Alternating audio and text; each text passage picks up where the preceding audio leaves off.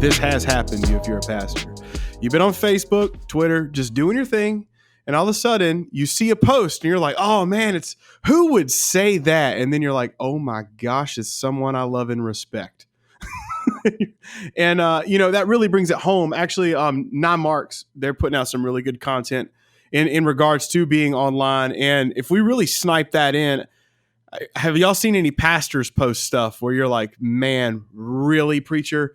And they got this one article, and really, I love what they're saying. The whole title of the article is Pastors on Social Media. But one of the things that he really leans into is, hey, preachers, you need to have your own personal set of rules for how you manage Facebook, Instagram, Twitter, because they're not giving us those rules.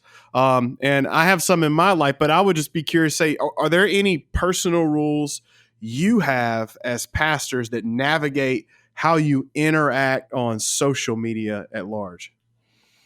I mean, my biggest thing is 90% of the stuff that comes to my 99% of the stuff that comes to my mind does not need to be said, right? And like there's a comedian I used to listen to his podcast, and he would say the reason why he can't run for president is because whatever he did wrong is already on social media. Like it's already whatever is going to be exposing him, he already did it. So I can't run for president anymore because it's going to come out, right? And I think to myself of like, Frank 10 years ago that was on Facebook and Tumblr and whatever the social media networks are. Like I probably had such dumb opinionated stuff that I disagree with now. I even think about like one of my favorite TV shows, Community, and many other shows. They're like taking off all the episodes that were kind of problematic in 2020 sensibilities, right? And like there's an episode where Senior Chang dressed up as a dark elf, and it's really funny, but people are saying it's blackface. And I think about like all the inappropriate jokes that I thought were funny when I was like 22 or 23 that I'm like would be embarrassed of right now. Wait, so Frank, have you gone back and scrubbed like previous stuff just to make sure? Me saying this right now is probably causing someone to find old tweets of mine. So I probably should have not on it. I'm scrolling through right now, bro. Whoa, Frank, 2017 screenshot. Different guy, bro. I mean, like, I don't know. It's one of these where like I want to be more mindful of what I say, but also at the same time, like, I also want to have my own voice, you know what I'm saying? And like, even with this whole, like, for example, the whole civil unrest in our country, I felt this tension of like, I don't want to get in the middle of something where I will offend a brother unnecessarily because there's no nuance to social media. But at the same time, I just spoke at 3 conferences in the past year where I talked about the complexities of being a minority in ministry. And so I know that like there are people who follow me who want to hear a voice of like the complex situation we're facing right now of being minorities in ministry in a predominantly white church. And being one of the few minorities on my own staff, people are wondering, like, I get like text messages from my friends like, hey, what'd you think of that sermon on Sunday? And it's just people being nice. And it's like, I get why you're asking me. And I feel like I want to talk about it, but it's that tension. But ultimately it's this, is like, is it causing unnecessary strife or an unnecessary argument? I don't want to be a part of that. Like, I don't, my only hot takes, I want to be around Chick-fil-A, right? Like, that's the only hot takes I want is like, what's the best restaurant? I don't want to debate you online about politics. I have strong opinions about our president and our government and all that kind of stuff. But with the lack of nuance that social media has, it's not going to be beneficial for anyone, right? When you look at most of these conversations are in person. I was saying, you just look at what happened with Church at the Highlands, was that last month? And it was, like, it wasn't anything he had tweeted. Gosh. It was accounts that he had liked, or it was tweets that he had liked caused them to lose a lease, which is baffling. And I'm sure if they wanted there to be a lawsuit. Well, and cause them to lose the ability to serve the community, that's the wild part to me. Like the lease thing, I'm like, you know what? I mean, hey, it's capitalism, whatever. I don't like it, but like, why would you take away their ability to like serve people? Lower income households because not the church, but someone that works there. Now it's the senior pastor, but because he liked a tweet of someone that you don't like, that's it's not like he's not going through liking Al Qaeda tweets.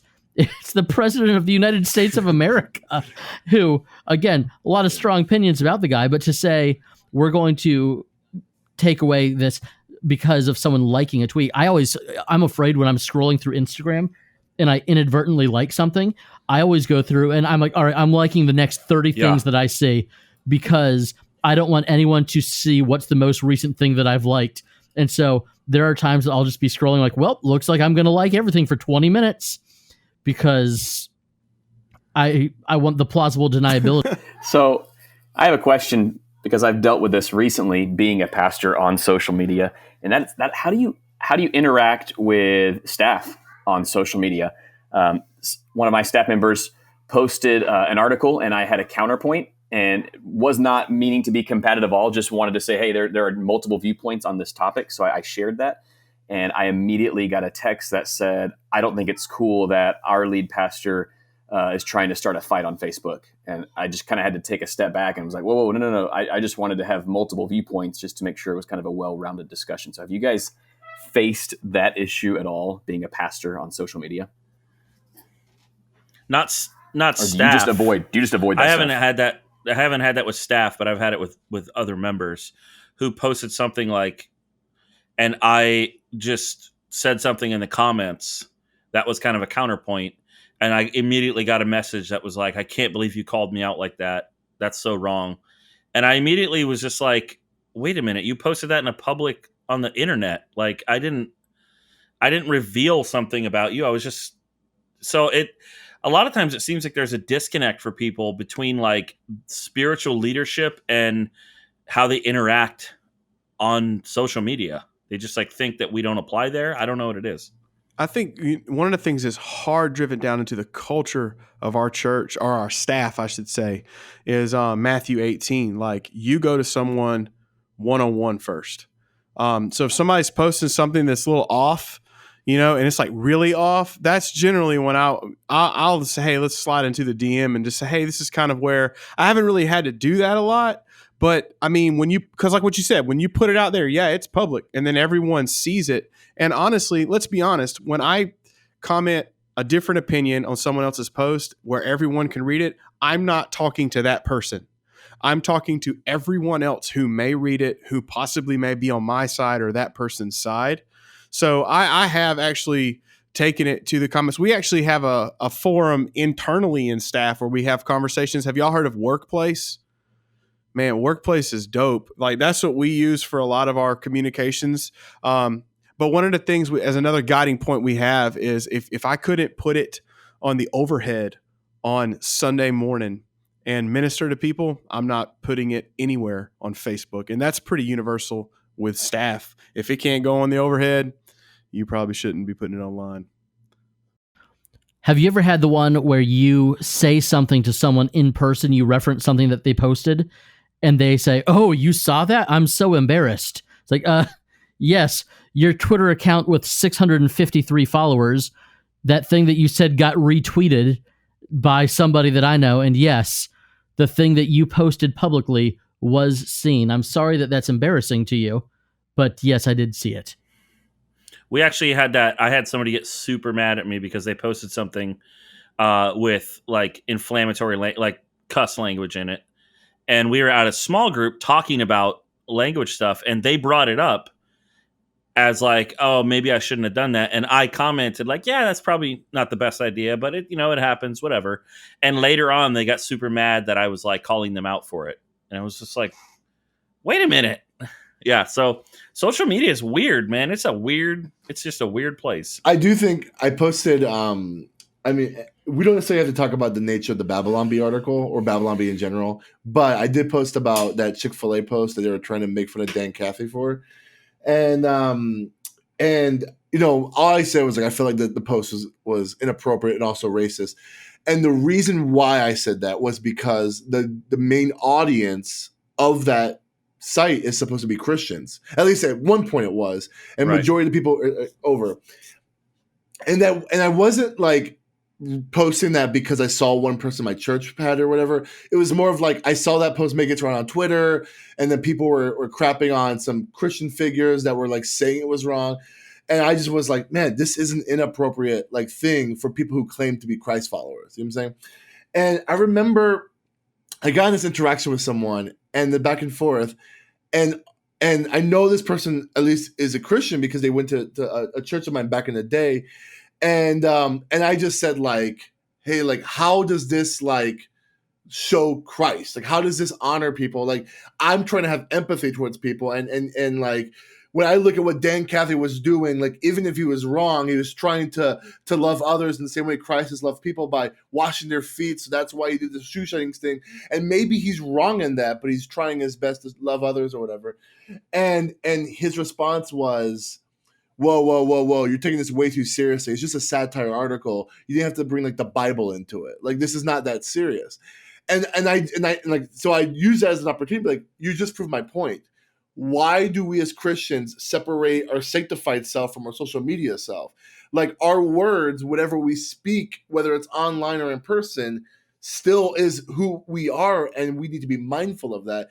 And so this is why, like, even when like I've noticed that even if people are like not necessarily posting that they're against a protest or against Black Lives Matter, they're aggressively posting very pro argumentative posts that are pro the opposite side. Like, and it's like you're posting that very passive aggressively because you disagree with something else.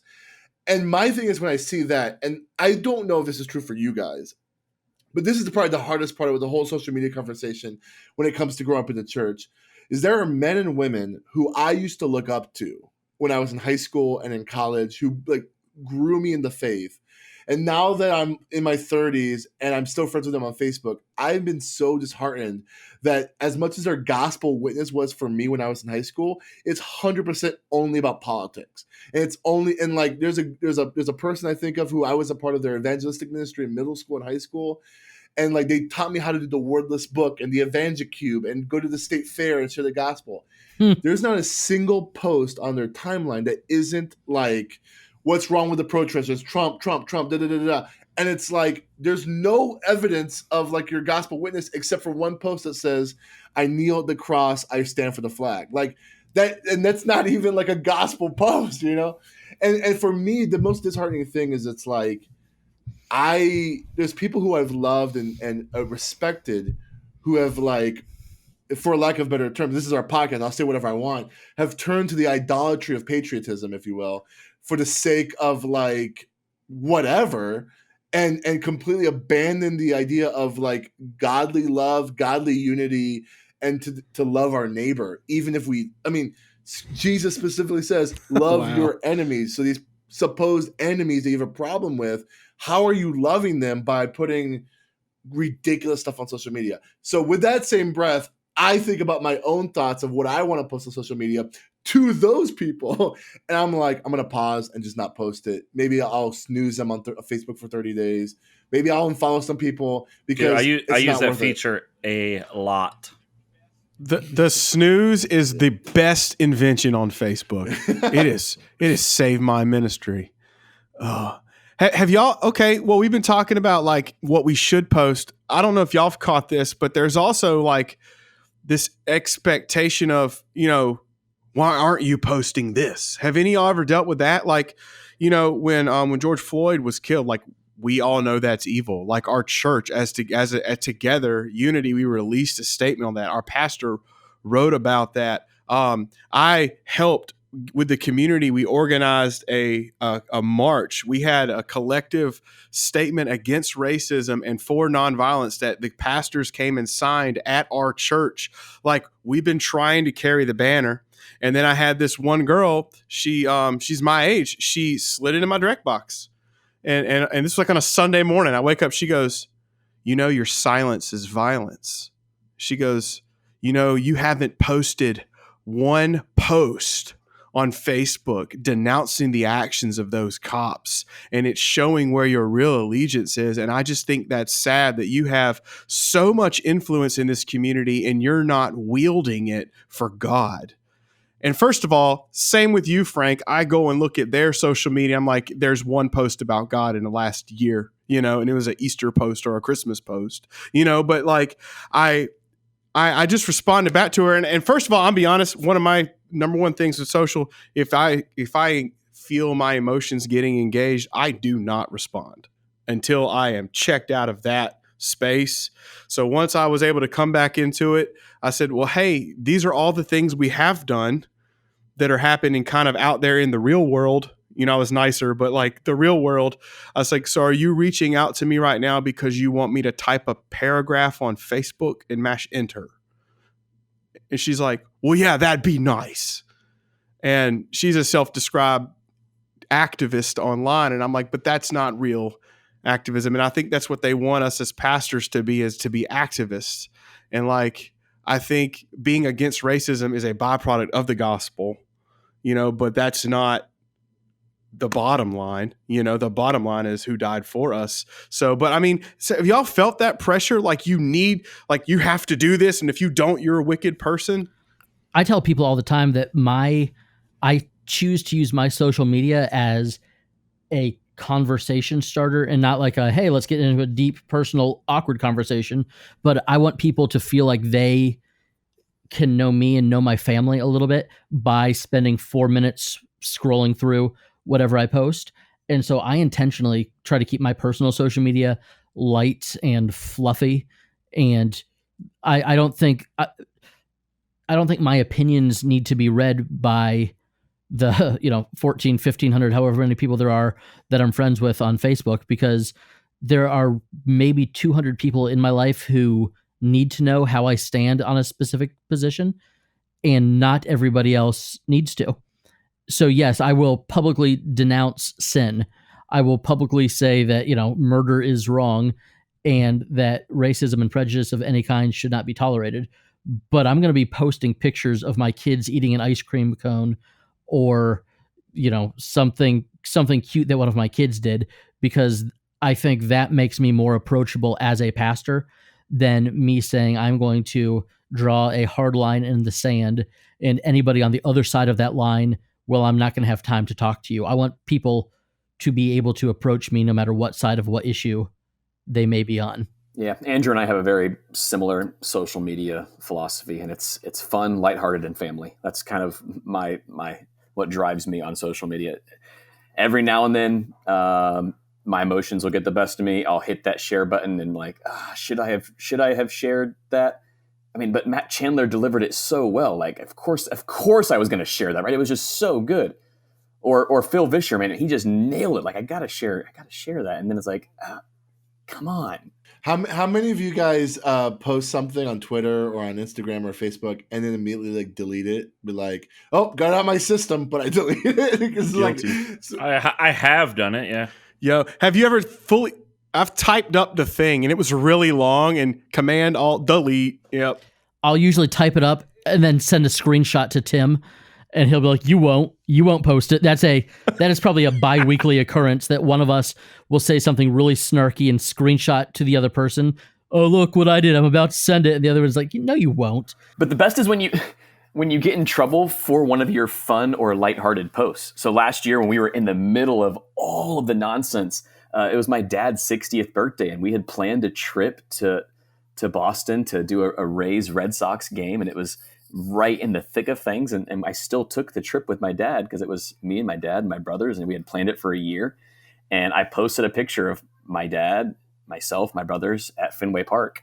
And within an hour, I had a lengthy email from someone in our congregation who said, how dare you? When our senior pastor is going through what he's going through, you're doing that. And I had to have this conversation of, it was my dad's birthday. This had been planned for a year. Yeah, I am doing that. So it was just one of those moments where it's like, wow, even the fun, lighthearted stuff can still cause controversy on social media. That's just people that are looking to be offended and looking to be hurt are going to find it. They're going to find a way to be hurt and offended by anybody. And so it's at the live at peace with all men as much as it depends on you. Yeah. Because sometimes it just doesn't depend on you. That's a good verse. I think like another aspect of this is like my own. So the Delmar, what you asked about pressure to post certain things. I've had that conversation a few times with people. Like I have no obligation to speak in a way that you think I should speak. I have an obligation to fulfill my calling as a shepherd of this flock. But the main way that I do that is by my one-on-one interactions with people and by leading on Sunday mornings. That's the way that God has ordained that's going to happen. In the same way that I do think I have an obligation to, make sure that children who are in my neighborhood are safe as much as it depends on me. But I have a specific obligation to my kid. And I speak to her in a way in private that I don't speak to other kids out in the street.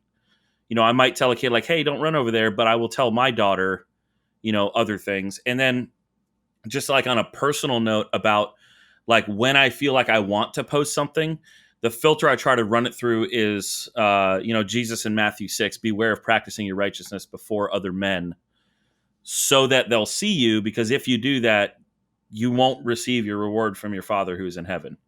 So I think that you can apply that to like, oh, I want to post this so I look good or I look more spiritually mature to this certain group of people. The reward is for those, basically all the reward is going to be those likes instead of actually just practicing your righteousness in secret where your Father sees and nobody else sees, which is for us shepherding our flock well, loving our family. No one's ever going to see it and they're not going to give us credit for it, but God sees. I believe we call that virtue signaling. Yeah. And I'll be honest, I'm super guilty of, I've seen the pastor, when someone gets shot, what was it, a couple months ago, everybody went for the run, which that's fine. Like they weren't going to run in honor of the young man who was shot. But I saw a pastor saying, today, as I lace up my laces, I realize I've never laced them with fear of getting shot. And I'm like, what are you really saying? Because I feel like that's probably not driving the conversation where we really need to go, and maybe that's on me because I'll just own it. Like I kind of judged his post there, but part of that's because like I would never do that because I have friends in my life who are minorities, and I feel like that's so disrespectful that we only say something like when something extremely horrible happens. And I mean, I even have gotten like I'm over all the statements and the open letters. Like I don't need to see another thing signed, guys. Like I don't want to sign it. I don't want to see it. Like just let's live into the kingdom values that Christ has, called us to, and I don't need to sign another statement.